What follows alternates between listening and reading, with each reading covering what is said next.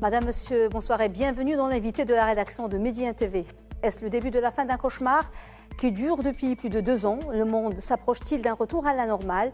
Au Maroc, en tout cas, la fin de la vague Omicron, après 5 semaines consécutives de baisse de tous les indicateurs annoncés, a nourri beaucoup d'espoir. Mais la Covid est toujours là et le ministère de la Santé a insisté sur la nécessité de poursuivre la vaccination afin de surmonter la phase de post-Covid, de post-vague, d'autant plus que le taux de vaccination par la 3e dose reste assez faible, avec à peine près de 16% de la population.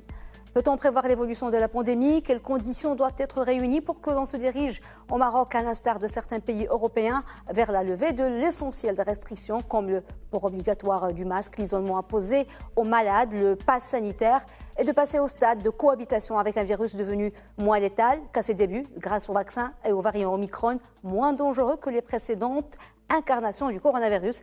Avons-nous quitté le stade pandémique pour passer à la phase endémique? Pour répondre à ces questions et à bien d'autres encore, nous avons le plaisir d'avoir avec nous par Skype depuis Casablanca le professeur Ja'far Haïkel, épidémiologiste, professeur de médecine préventive, spécialiste des maladies infectieuses, économiste de la santé. Bonsoir professeur et merci beaucoup d'avoir accepté notre invitation. Bonsoir à vous et merci pour votre invitation. Un plaisir de répondre toujours à Média TV. Merci beaucoup. Alors, professeur, après à peu près 11 semaines de propagation avec un pic entre la 3e et la 4e semaine du mois de janvier, la vague Omicron s'est essoufflée. Ce variant a été fort heureusement moins létal que la vague Delta, mais il n'a pas complètement disparu. Quelle est aujourd'hui la situation épidémiologique au Maroc ? Écoutez, la situation épidémiologique au Maroc, comme l'a annoncé d'ailleurs le ministère, comme nous l'avions déjà vu depuis plusieurs semaines, est une situation qui montre une maîtrise des principaux indicateurs épidémiologiques. Nous avons des indicateurs de fréquence qui ont l'incidence et la prévalence de la maladie. Et la prévalence est mesurée par le taux de positivité des tests qui diminue de façon graduelle depuis plusieurs semaines et qui aujourd'hui est à peu près moins de 1%, c'est-à-dire sur 100 tests faits, moins de 1 est positif. Ça, ce sont les indicateurs de fréquence. Et puis nous avons les indicateurs de gravité, c'est-à-dire le nombre de cas compliqués, le nombre de cas hospitalisés, le nombre de cas au service donc de réanimation et le nombre de décès. Eh bien, on a constaté avec la vague Omicron que tous ces indicateurs sont en baisse, c'est-à-dire la létalité a diminué avec l'Omicron si on le compare à le Delta, même si la létalité globale au Maroc est restée à peu près de 1,4%, mais la période Omicron a montré une létalité beaucoup plus faible que celle de Delta, à peu près 2 fois moins. Entre 0,6% pour l'Omicron, 1,3% pour le Delta, 1,3%, mais également le nombre de cas graves hospitalisés ou le nombre donc de personnes qui sont sous intubation et ventilation. Tous ces indicateurs se sont nettement améliorés avec la vague Omicron. Bien entendu, la vague Omicron a montré une grande transmissibilité, beaucoup plus de cas qui ont été touchés, mais moins graves, c'est-à-dire des cas qui sont soit asymptomatiques, soit avec peu de symptômes, mais dans tous les cas, beaucoup moins graves qu'avec la vague Delta. Alors, professeur, le ministère de la Santé a insisté sur la nécessité de poursuivre la vaccination afin de surmonter la phase de post-vague. Quelles sont les caractéristiques de cette phase, celle de post-vague, et quelles précautions faut-il continuer à prendre pendant cette phase ?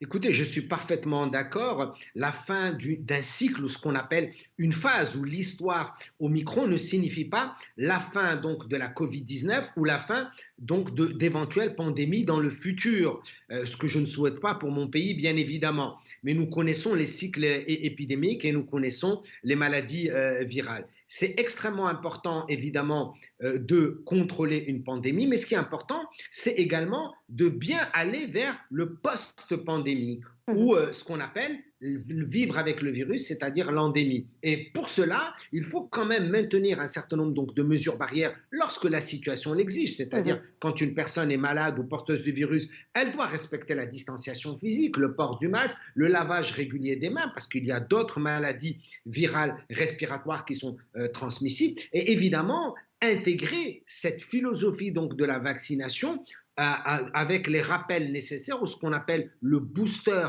nécessaire pour renforcer l'immunité et particulièrement évidemment chez les personnes qui sont vulnérables, les personnes âgées qui sont porteuses donc d'une maladie chronique. Donc aujourd'hui nous avons entre guillemets 2 choses au Maroc qui se sont produites comme dans beaucoup de pays. On a ce qu'on appelle l'immunité hybride.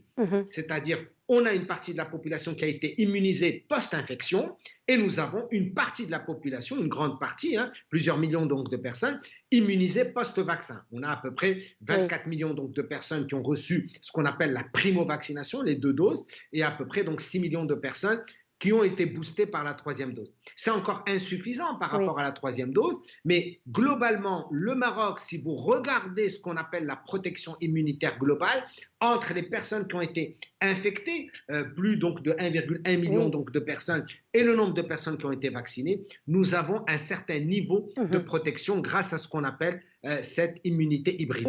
Il y a beaucoup de personnes, professeurs, qui pensent, il n'y a pas beaucoup d'engouement pour la 3e dose parce que beaucoup de personnes pensent qu'avoir eu les 2 doses et contracter le virus les dispense de la 3e dose. Vrai ou faux? Alors, les dispenses, c'est un bien gros mot, mais on a les données scientifiques qui ont été prouvées partout dans le monde et on a de l'expérience terrain dans le contexte marocain. Une personne qui a été vaccinée plus une infection équivaut à un boost donc, de vaccin, c'est-à-dire plusieurs études ont été publiées, les études israéliennes, américaines, anglaises également, montrent qu'un vaccin plus une infection égale 2 vaccins, ou également 2 vaccins plus une infection égale 3 vaccins. Bien évidemment, il faut bien comprendre que cela, on ne peut pas le généraliser à tout le monde. Pourquoi? Parce que notre système immunitaire n'est pas identique, notre niveau de protection ne dure pas de la même manière chez tout le monde. On sait par exemple qu'en moyenne, ça va durer de 4 à 6 mois et peut-être que grâce à l'Omicron, on aura la bonne surprise de constater que ça va durer plus longtemps. Donc, la priorité évidemment des personnes qui ont eu 2 doses et qui ont déjà eu une infection et qui sont jeunes, c'est vrai, et ils sont moins prioritaires, je ne dis pas qu'ils ne doivent pas se faire vacciner, ce que j'ai dit, ils sont moins prioritaires par rapport à des personnes âgées ou des personnes qui sont porteuses donc d'une maladie chronique, parce que eux peuvent effectivement, à la faveur d'une nouvelle infection par l'Omicron ou un de nouveaux variants qui pourraient arriver, avoir donc des complications. Et c'est ce qu'on veut éviter parce que je rappelle que le vaccin ne vous protège pas contre la transmission donc, du virus, il protège très très peu contre la transmission du virus, mais il protège de façon assez importante, au moins dans 70% des cas, contre les formes graves et l'hospitalisation. Alors, professeur, des pays européens comme le Danemark ou le Royaume-Uni ont levé l'essentiel de leurs restrictions comme le port obligatoire du masque ou l'isolement imposé aux malades ou le pass sanitaire et prônent de vivre, comme vous l'avez dit, avec le coronavirus, de cohabiter avec le virus. Quelles conditions doivent être réunies pour que le Maroc passe à ce stade en toute sécurité? Je pense que le Maroc a bien géré donc, la crise depuis 2 ans. Évidemment, il y a eu des fois peut-être des décisions qui n'ont pas toujours été bien comprises ou bien expliquées, mais de façon globale, le Maroc a été un cas d'école extrêmement intéressant. Et je crois qu'aujourd'hui, la maîtrise de la situation épidémiologique, au vu des données que nous avons, ne nécessite plus des mesures restrictives importantes, ne nécessite plus le port du masque à l'extérieur, ne nécessite pas la fermeture de stades, ne nécessite pas également la fermeture donc des frontières. Et dans plusieurs pays à travers le monde, nous sommes passés d'un statut de pandémie à un statut d'endémie. Et le Maroc a l'habitude, vous savez, on a 2 endémies que nous connaissons au Maroc, la grippe saisonnière et la tuberculose, avec lesquelles nous vivons depuis un certain nombre donc, d'années. Aujourd'hui, la seule chose qui est importante, et vous avez raison de poser la question, il faut qu'il y ait quand même une conscience et une responsabilité collective que les gens agissent dans l'intérêt, non pas individuel, mais un intérêt collectif pour que toutes les mesures soient levées. Parce que je rappelle que l'urgence sanitaire est toujours en vigueur au Maroc jusqu'au 31 mars 2022. Oui. Alors, professeur, pour l'OMS et pour de nombreux scientifiques de par le monde, ce serait potentiellement la fin de la pandémie ou du moins de sa phase aiguë. Et il prévoit une issue possible pour le milieu de l'année. Êtes-vous de cet avis? Et pouvons-nous faire des pronostics ou se prononcer sur l'évolution d'un virus qui peut avoir de nouvelles incarnations plus ou moins dangereuses? Est-ce que c'est... Écoutez, voilà, écoutez, je pense qu'il faut éviter de faire des prédictions, mais par contre, il faut réfléchir et planifier avec pragmatisme et avec intelligence et connaissance des cycles épidémiques et pandémiques. Aujourd'hui, nous savons que grâce à l'Omicron, nous sommes passés à une nouvelle phase, comme ce qui s'est passé avec le H1N1 et le SARS-CoV-1, où on n'en entend quasiment plus parler. Et je crois qu'aujourd'hui, la Covid-19, dans sa forme, je précise bien, dans sa forme Omicron, est quelque chose qui est aujourd'hui passer. Par contre, on peut avoir, et il faut être prudent et rester dans une notion donc de surveillance et de prudence et de principe de précaution. L'automne prochain, il est possible évidemment qu'on ait en même temps la grippe saisonnière classique et qu'on ait d'autres formes évidemment de la Covid-19 ou d'autres virus respiratoires. Mais à ce moment-là, je crois on aura l'habitude. On se sera préparé à ce qui est arrivé donc depuis 2 ans. Et je crois qu'il faut éviter la psychose, il faut éviter les excès. Je crois que maintenant, il faut gérer avec pragmatisme, sérénité, mais ça ne veut pas dire qu'il ne faut pas être prudent et ne pas surveiller, évidemment. Toujours concernant les hypothèses, en l'absence de certitude, des scientifiques, c'est dont des Américains, des Européens, dressent des hypothèses, des scénarios pour l'évolution du virus. Certains parlent de la plus optimiste qui pourrait être de se retrouver avec de petites épidémies locales de Covid qui tendraient à prendre le pas sur la grippe. Et l'extrême, le scénario pessimiste, c'est celui d'un retour de vagues meurtrières comme celle qu'on a déjà vue et qui nécessiterait un retour aux restrictions. Et de quoi pourrait dépendre, selon vous, professeur, que l'on se retrouve face à une hypothèse ou l'autre, la plus optimiste ou la plus pessimiste, ou est-ce qu'il n'y a aucune visibilité ?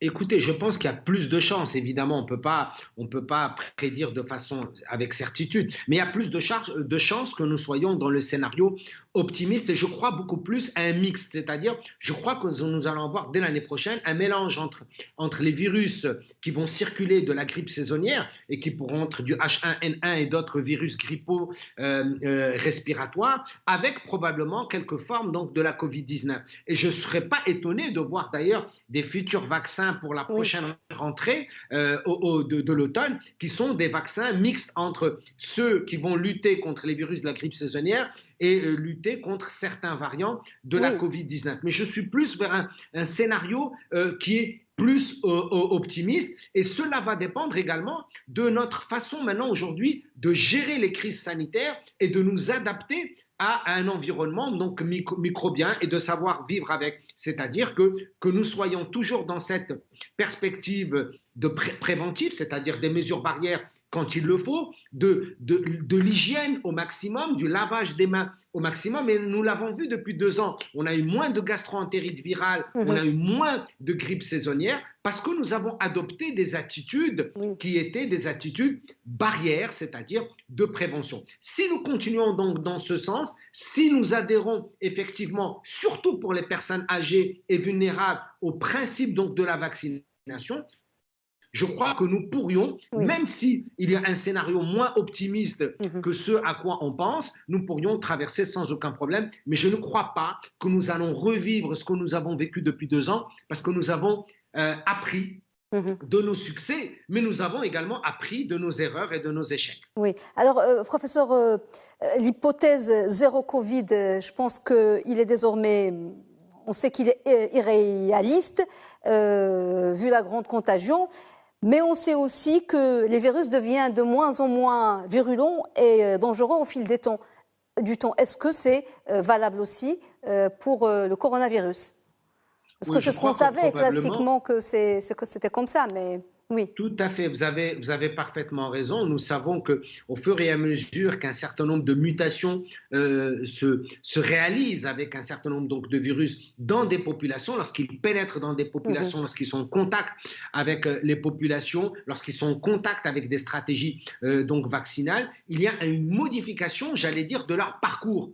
Les parcours dangereux deviennent des parcours qui sont atténués. C'est comme quelqu'un qui plonge dans l'eau et au début il y a le choc et puis ensuite le choc est atténué. Et je crois que c'est ce que nous avons vécu donc depuis 2 ans avec des chocs importants et qui se sont atténués avec le temps. Il faut bien le reconnaître. On a eu depuis le virus classique au alpha et puis le delta et l'omicron un choc qui s'est atténué avec le temps. Et je ne crois pas au zéro Covid-19 dans les années à venir, comme je ne crois pas à l'immunité collective totale. Je crois que dans les 2 cas, c'est une utopie. Je crois que nous allons avoir des formes virales qui vont arriver, que ce soit du SARS-CoV-2 ou peut-être même un SARS-CoV-3 ou d'autres, et des virus grippaux, mais qu'ils vont être dans un environnement qui est aujourd'hui humain et organisationnel et sociétal mieux préparé et que nous allons nous adapter, soit sous forme de mesures barrières, de vaccination, mais également de traitement.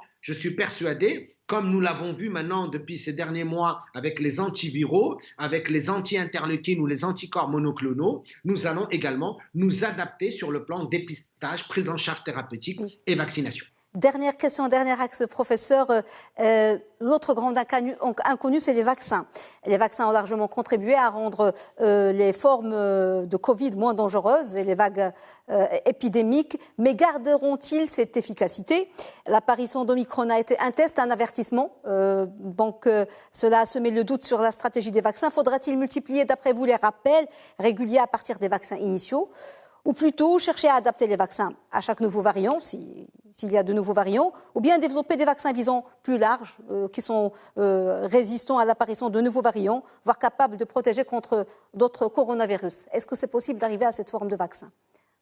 Oui, je crois que la science a fait des progrès extraordinaires. D'ailleurs, même avec la Covid-19, on a vu que la capacité et la rapidité avec laquelle les équipes donc, de recherche à travers le monde ont pu avoir des vaccins donc, disponibles. Et je crois qu'ils vont continuer à innover comme ils ont innové. C'est quand même la première fois dans l'histoire que nous avons des stratégies vaccinales populationnelles avec des vaccins ARN messagers. Ça n'existait pas avant. Donc, je crois à la recherche donc développement. Je crois aux biotechnologies, évidemment, toujours avec l'éthique, le respect évidemment de la vie humaine et des effets indésirables potentiels. Et je crois que nous allons avoir de nouvelles formes donc, de vaccins, mais également de nouveaux types donc, de traitements et que nous allons probablement également mieux lutter contre les différents variants qui peuvent arriver parce qu'on n'empêchera pas de nouveaux virus ou de nouveaux variants. Ce sont des écosystèmes microbiens qui nous entourent, avec lesquels nous vivons et qui sont dans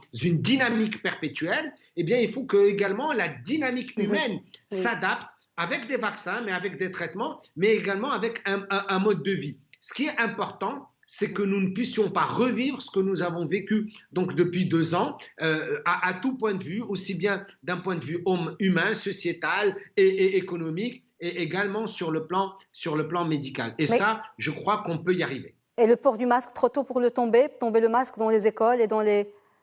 Non, par exemple, je crois que de plus en plus, ça a une responsabilité individuelle et collective. Je crois que maintenant, il faut qu'une personne, lorsqu'elle a une virose ou un syndrome grippal, quel qu'il soit de la Covid-19 ou de la grippe saisonnière, doit, quand il sort de chez lui, porter un masque pour se protéger et protéger les autres, parce qu'il va monter dans un taxi, dans un transport en commun, parce qu'il va aller à son travail, et que quand il y a beaucoup de symptômes, nous apprenions dans notre tête, dans notre façon de faire, de rester à la maison le temps donc de guérir. Et ça, c'est une nouvelle façon de faire que nous ne faisions pas avant, ne pas jeter les mouchoirs par terre, quand on éternuer dans son coude. Eh bien, ce genre d'attitude que nous avons appris avec la Covid-19, il faut les maintenir et les renforcer. C'est dans notre intérêt et l'intérêt donc des autres pour rester dans une vie sociale et économique normale. Merci beaucoup, professeur Jafar Hakel, pour cet éclairage. Je rappelle que vous êtes épidémiologiste, professeur de médecine préventive, spécialiste des maladies infectieuses et économiste de la santé. Merci, monsieur.